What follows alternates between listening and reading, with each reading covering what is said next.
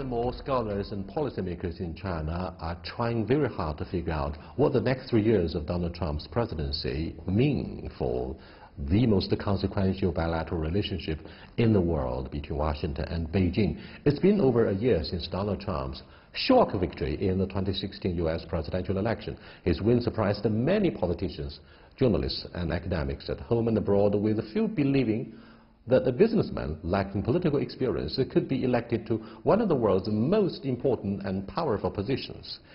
And critics continue to doubt his fitness for the office and speculate that he may not remain for the full term. What has he achieved over the past year? How has his America First doctrine changed the U.S. and the world? And what new surprises will the rest of his tenure bring? To discuss these and other issues, I'm very happy to be joined here by Professor William Kirby, the T.M. Chiang Professor of China Studies at Harvard University. That's the topic. This is Dialogue. I'm Yang Ray.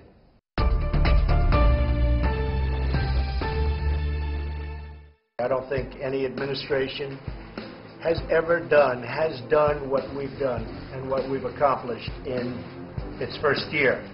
1 year on, how should Donald Trump's presidency be rated? I think he is a very poor student of the presidency because, sadly, it appears that he does not read a great deal. With the so-called inside story, Fire and Fury, becoming a bestseller, is President Trump's image compromised? As one commentator has put it, a deafening silence. No one is denying the basic truth of the thesis of this particular book. Both the United States and China will have a more prosperous future if we can achieve a level economic playing field. Right now, unfortunately, it is a very one-sided and unfair one. But I don't blame China. Will these two major powers avoid the Thucydides trap? Again, not only do I not think war and conflict is inevitable, I think it is unlikely between these two great countries. And will Taiwan become a disruptor of China-U.S. relations? While there are tensions, and they continue, these tensions are nothing compared to what they were in the 1950s or 60s or earlier. Stay tuned for our interview with Professor William Kirby.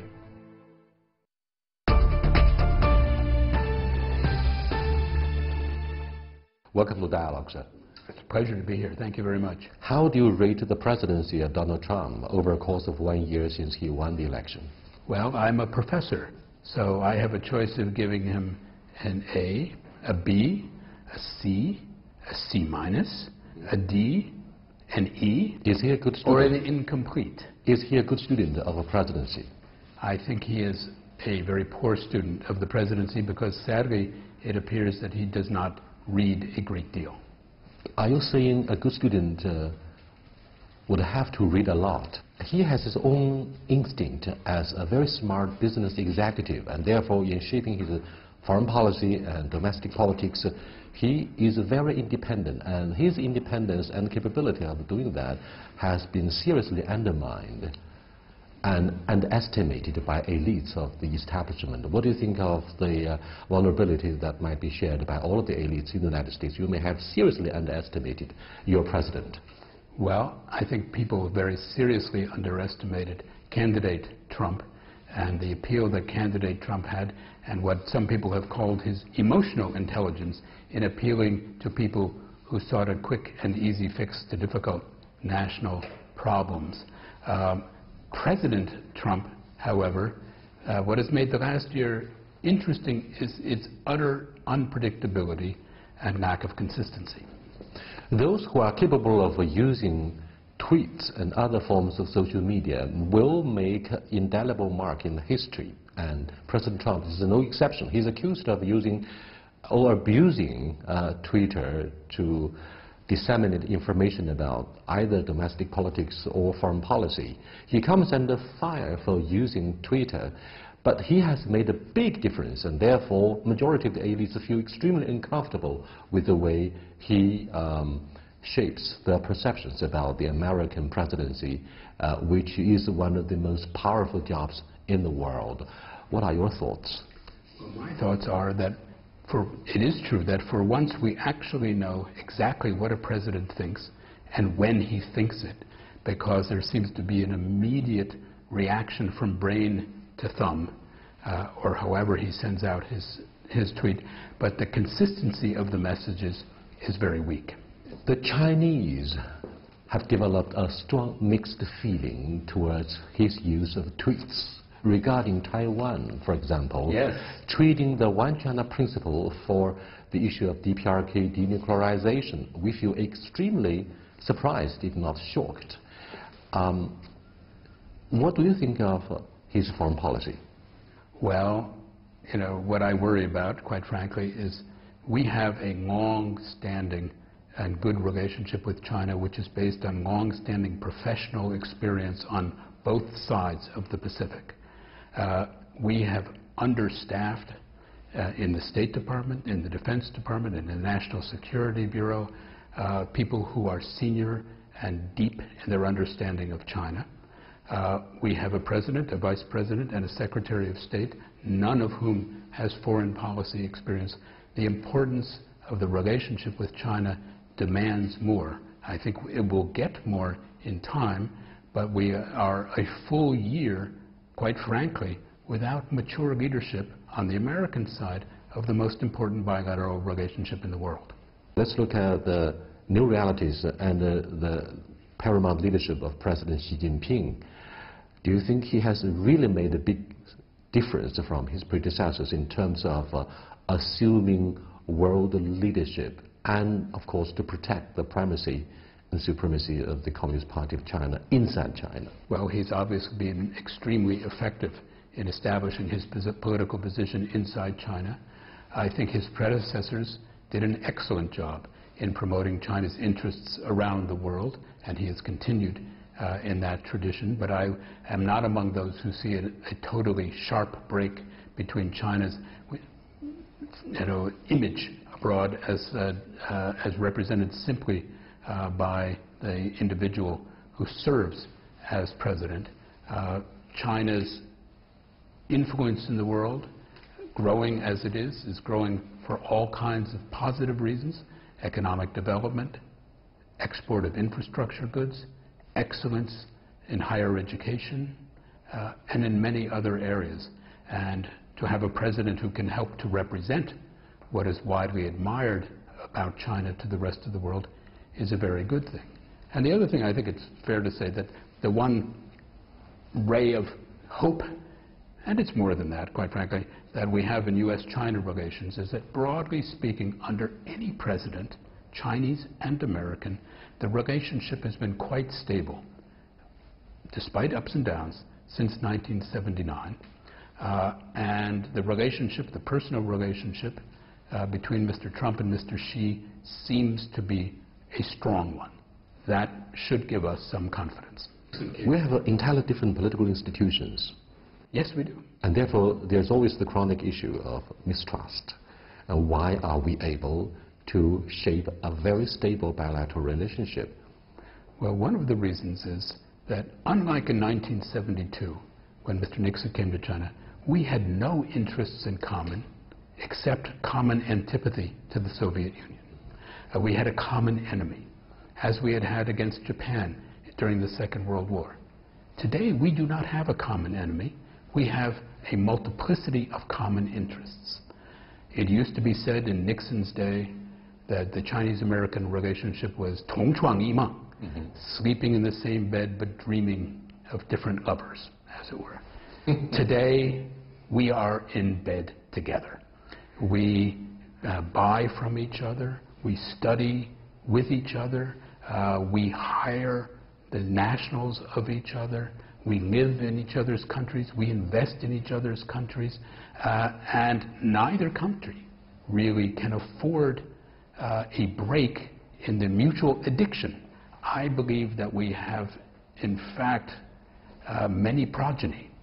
We have many babies that have emerged out of the Chinese-American relationship. You can see them in the form of companies. You can see them in the form of individuals educated in one side of the Pacific or the other. So something must have happened in that bed. Something must have happened. Yes, affections, a lot of affections. If you look at tourists in their thousands crossing the Pacific Ocean every day on the flights, and the large presence of Chinese students, business communities are no exception. However, we have this issue of Taiwan. Local elections in the island will decide or seal the fate of KMT, the biggest opposition party, yes, which suffered a devastating loss in the previous general election. Tsai Ing-wen, leader of DPP and currently leader of Taiwan, refused to accept the 1992 consensus about one China. Therefore, political foundation has been seriously eroded across the Taiwan Strait. And many, even including Americans, start to talk about perhaps the eventual reunification through unpeaceful means. The 2018 National Defense Authorization Act proposed a substantial increase in the level of a military personnel exchange between Taipei and Washington. That will be very detrimental to the most important and most consequential relationship in the world between Washington and Beijing.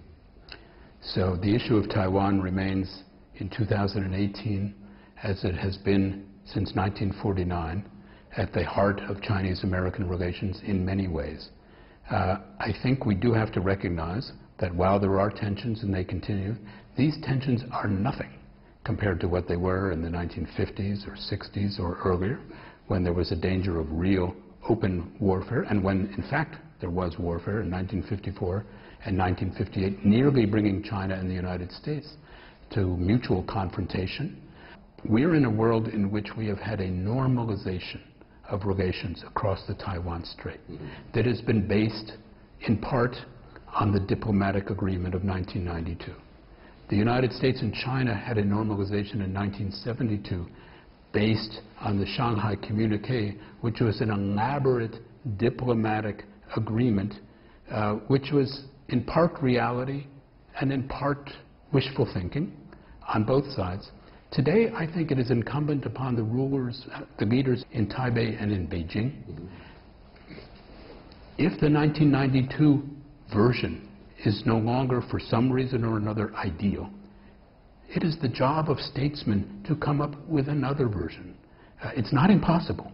With goodwill and with the sense of the importance of this issue for the health and well-being of compatriots on both sides of the strait, it is very important to come up with a formulation. One need not be stuck endlessly in the past in order to plan for the future.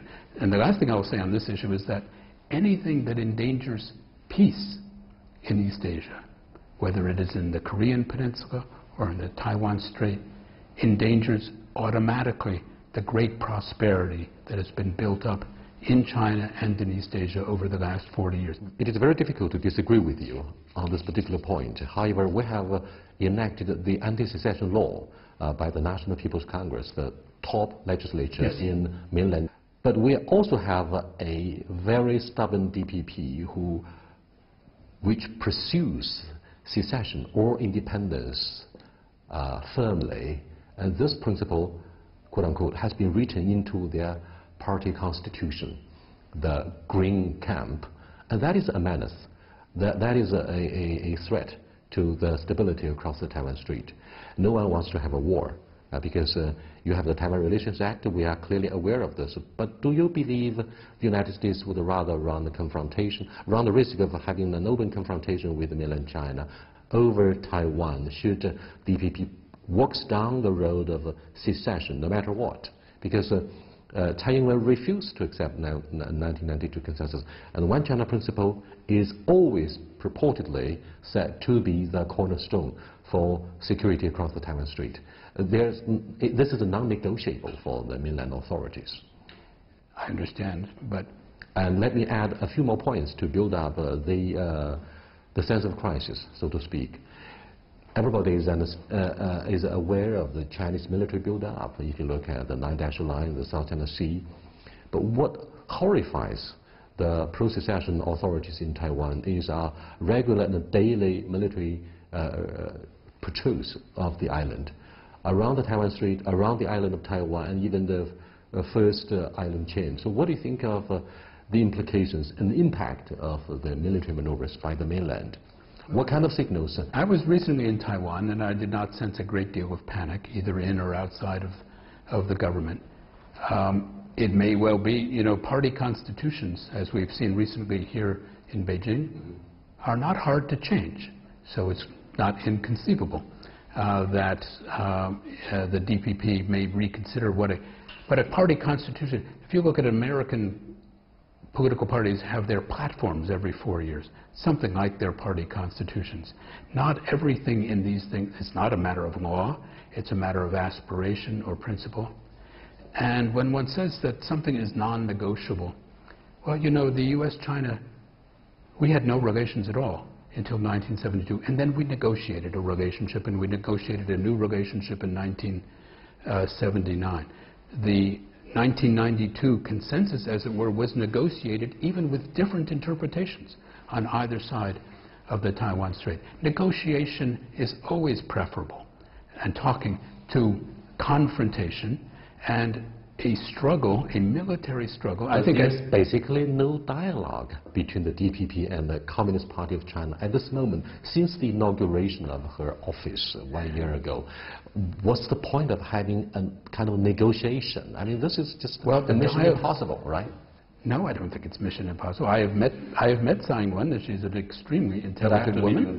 Mr. Trump talked with her, probably making the wrong phone call first. But I just think that this is, you know, this is an area in which will be solved by Chinese, and by Chinese on the mainland, those of Chinese heritage on Taiwan, and others on Taiwan.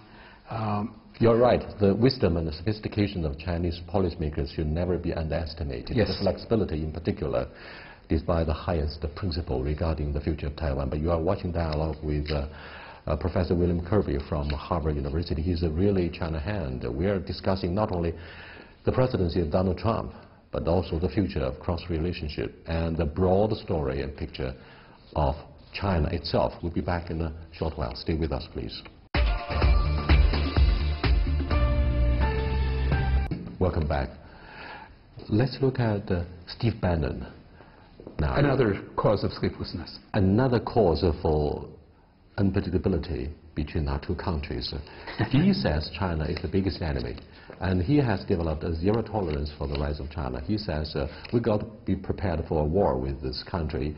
Right. And right after he made such hostile remarks, a white paper on the U.S. national security was released, listing China as a strategic competitor. What do you think of the understatement of having China as a strategic competitor? Does it mean your patience is over or wearing thin very quickly? First of all, I wouldn't take it for granted that that actually is a statement of American policy, of the State Department or Defense Department or of others. And second, Mr. Bannon is not widely known for the depth and range of his knowledge about China or of the U.S.-China relationship.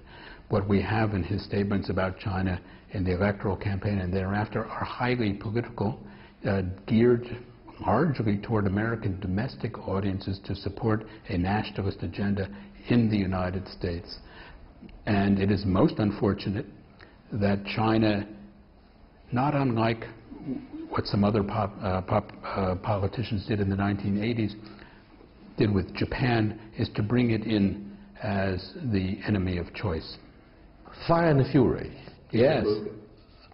That becomes quickly the bestseller.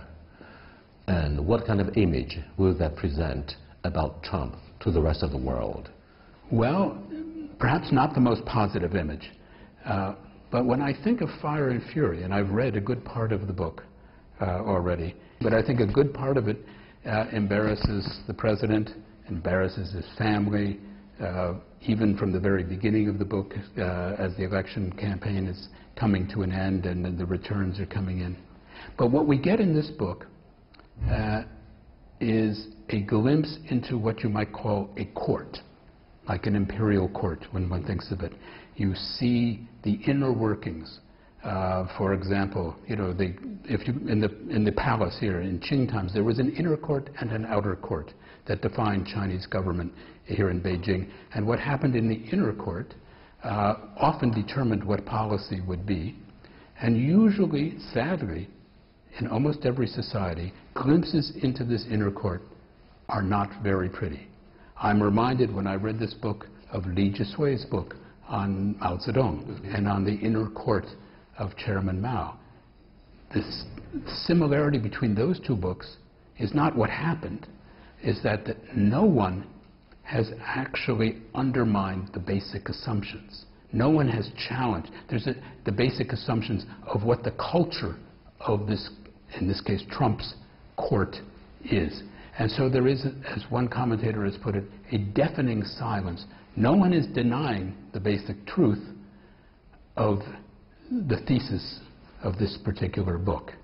And so when one looks into systems and see how things really work, it is unnerving for citizens, but particularly so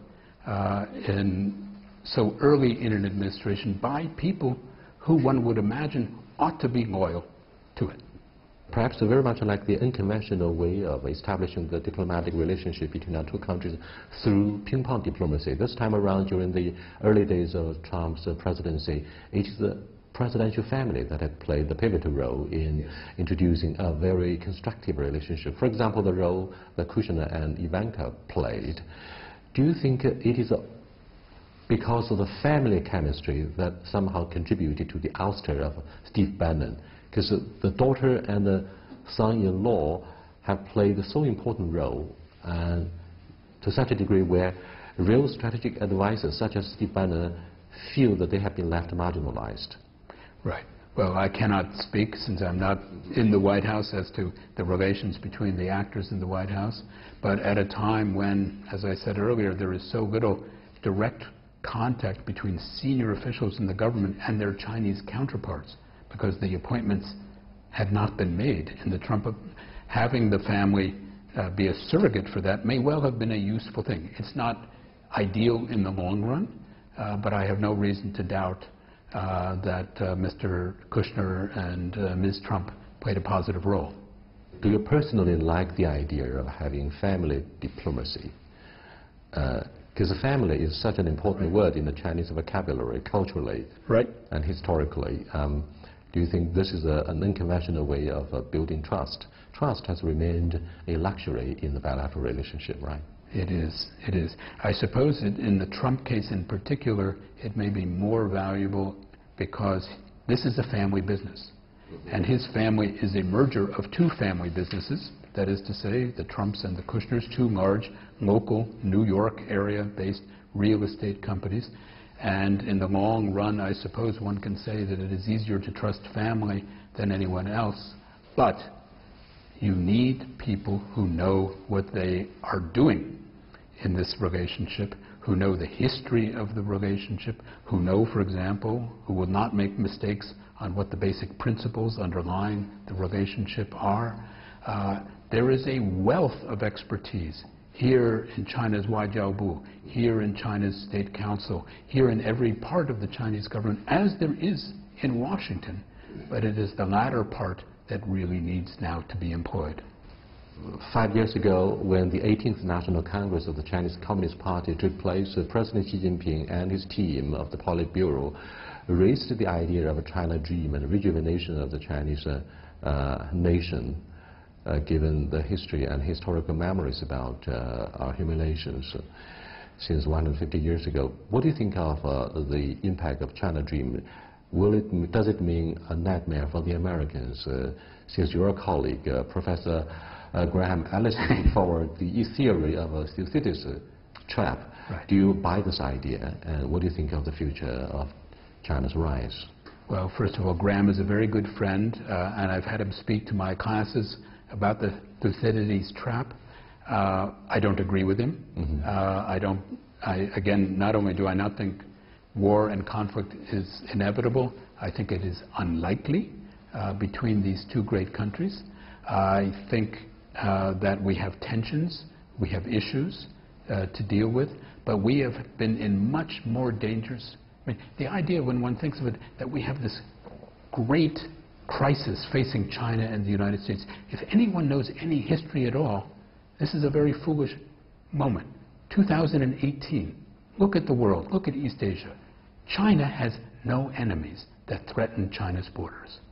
The only country that could possibly do danger to China today is North Korea, because you never know where one of their missiles might plop down.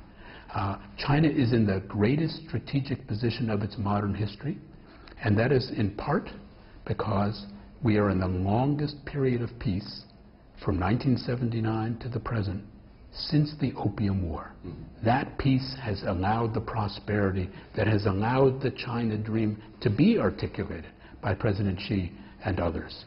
It is a dream of prosperity, many aspects similar to an American dream, of people owning a home or an apartment, people having a car, people sending their children to college. Those are parts of the Chinese and American dream that we share together.